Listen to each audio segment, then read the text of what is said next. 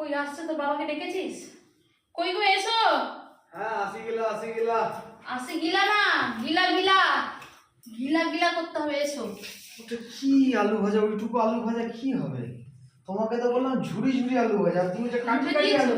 না তুমি তো কাটি না, কাটি। ঝুরি ঝুরি আলু ভাজা প্রচন্ড তেল টানে, ওই জন্য কাটি কাটি আলু ভাজা। একবার খেয়ে দেখো।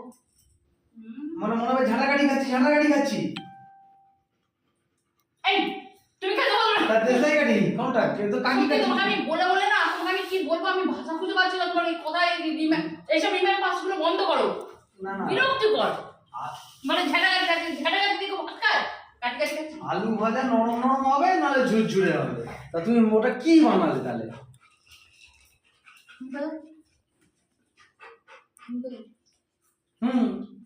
দেশাই কাটিতে জল লেগে গেলে যেরকম নিংড়ে যায়। সত্যি বলছি, আমার এই লোকটা প্রচন্ড। ছোটবেলায় মারধর খাওনি না? আবার নুনও দাওনি। না, বিনুন ছড়িয়েছি। তুমি ভালো বললে তো হবে না। আপখানা এই বিটু, তুই খাইছিস সর্বদা ভালো হয়েছে? বিটু ভালো হয়েছে? ভোট বয়সী কি বাড়িতে 4টি মেম্বার, 3টে ভোট আমি পেয়ে গেছি। सुनो, आप रुचि खाना और पर रुचि पारना। ठीक है, समझ में आया? ঠিক আছে, তুমি এখন জিন্সের প্যান্ট জামা পরে খেতে বসো। কেন? পররুচি প্যান্ট না। না তোমরা কি পছন্দ করলে আমার সাথে ধ্যান দেওয়ার দরকার নেই। তবে তবে তুমি কি তোমার কি পছন্দ আমার সেটা আমার কি ধ্যান ভালো দাও। লাগবে সেটা তোমার সেটাও আমার ধ্যান দেওয়ার দরকার নেই। বাদ্যতের কথা চলো, আগে মেনু দেখাই। হ্যাঁ, প্রথমেই আছে গন্ধরাজ লেবু। শুকে দিয়েছিল, তুমি খাবো, এটা হয়ে গেল। ওটা তোমাকে দেবো, আমার এটা তোমাকে খাবো। বাবা এখানে আছে। কেন বাবা করে উঠলে কেন? আমাকে যেন কুত্তে কামড়েছে। এত কামড়ে ছিল তো, কতবার কামড়ে ছিল? মোটেই কামড়ায়। তোকে বেশি পাকামো করতে। ঝুরি আলু ভাজা। ঝুরি আলু না, এটা কাঠি আলু ভাজা।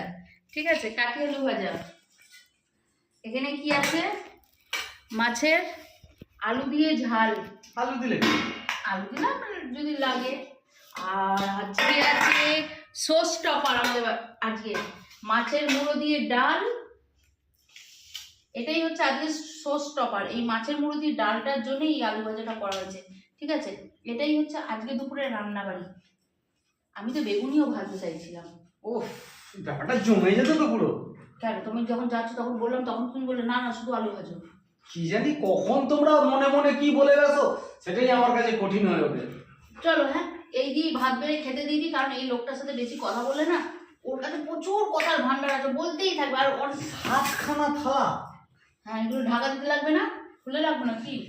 আর এমন একটা ভাব করছে, খেয়ে দিয়ে উঠেই তোমাকে মাছ দিয়ে ছুটতে হবে ঘাট পাড়ায়। তা হলো খেতে বসে সাতখানা থালা।